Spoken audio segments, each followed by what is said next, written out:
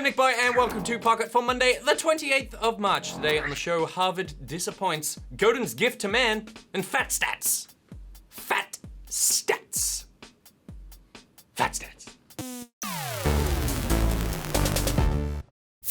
All right, here's what's been making headlines. Giant bunnies are feeding your children. And in other good news, thankfully those hideous Nintendo NX controllers that were apparently leaked last week, they're not real. David M., the man who deceived the internet, couldn't bear the guilt any longer and confessed to faking the designs. On his YouTube channel, he posted a video revealing the process of how he mocked up the infamous first image. The more recent images were just more fakes inspired by M's initial design. It's an Easter miracle!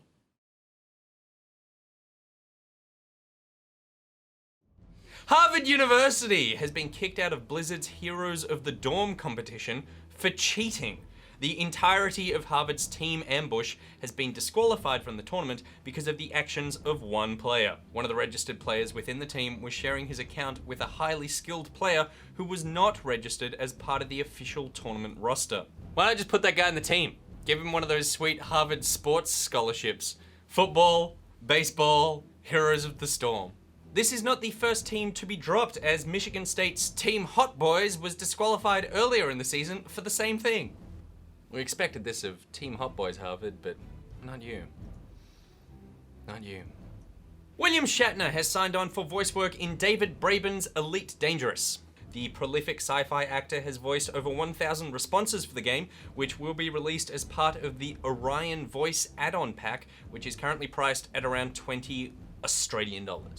That seems like a lot for a voice pack. Braben, you bloodsucker. Still broke, friend. You're trying to sell a game, but you keep missing the price point. Braben! Two Worlds publisher Topware Interactive has made two big announcements about the series. Two Worlds 3 is currently in development and is in safe hands with Reality Pump, the studio behind the first two games in the series. Though I would argue no one is safe in the hands of Reality Pump.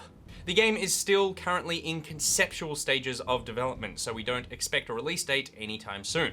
However, Topware has also revealed that Two Worlds 2 is getting new DLC and an engine update, and they're expected to launch before June. And the first footage of Pokemon Sun Moon is expected to poke its head over the horizon on the 3rd of April, 20 days before my birthday. According to IGN, it is expected that the series director and game directors will be showing off first footage of the game on Japanese Pokemon variety show, Gathering in the Pokemon House. All right, now it's time for Thing of the Day. Thing of the Day! Oh shit.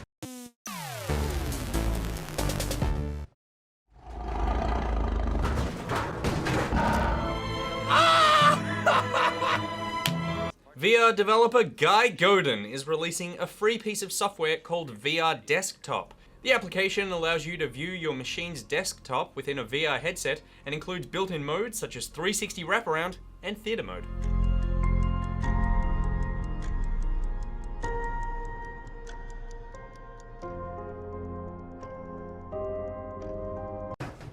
Oh shit.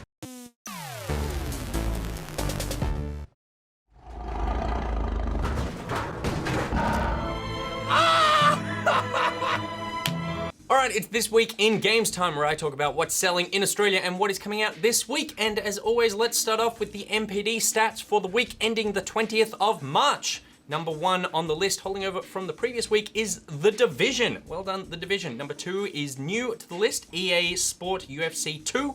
Number 3 is Far Cry Primal. That game is selling like whatever the Stone Age version of hotcakes is.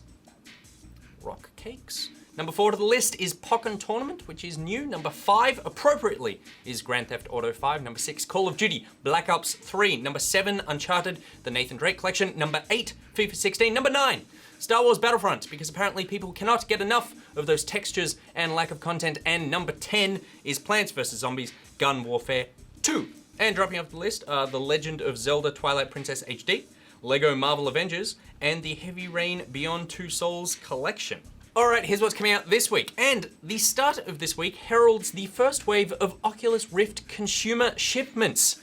It has begun.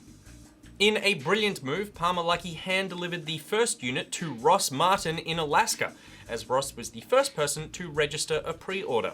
If you have pre-ordered an Oculus, there are a bunch of games on the Oculus Store ready to go for you. Now let's get back to the business of non-virtual reality, or as we call it in the games industry, reality. On the 29th of March on PC, you can get the Rift-compatible Adrift.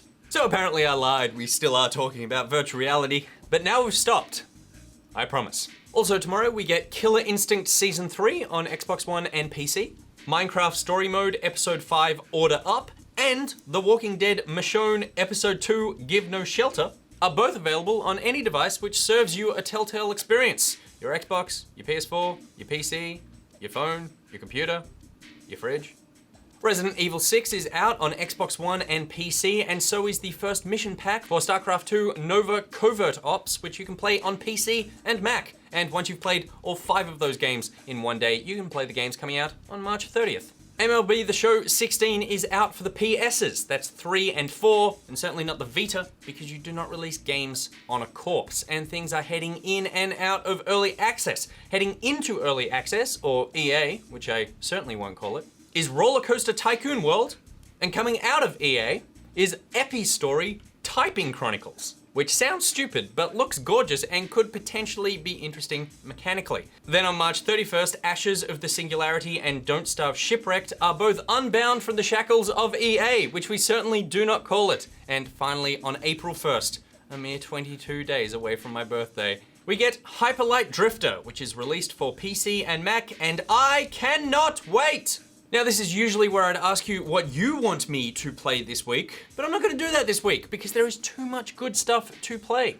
Such as Dark Souls 3, Hyperlight Drifter, Paragon, and Day of the Tentacle. Plus today we'll have a preview of Quantum Break. Make sure the batteries on your fridges are full, folks, because there's gonna be a big week of Pocket. And while you're on those fridges, please suggest a talk through topic in the comments below, and check out Good Game on Facebook, YouTube, and iView. Want to meet fellow Pocketeers? Then join the Pocketeers Facebook group and Steam group. You can follow Good Game on your fridge, on Twitter at Good Game TV. Follow Pocket at NichBoy, at Pierreth, at Gigi, at Monkey, and at Sam Gee, who isn't in today because he's a traitor. There are links to everything I just said in the description below, not put there by Sam, the traitor. And today's Thing of the Day graphic was sent in by Simon Vin, his 3rd submission. If you can keep up with Simon, please send one in. Until tomorrow, NichBoy out.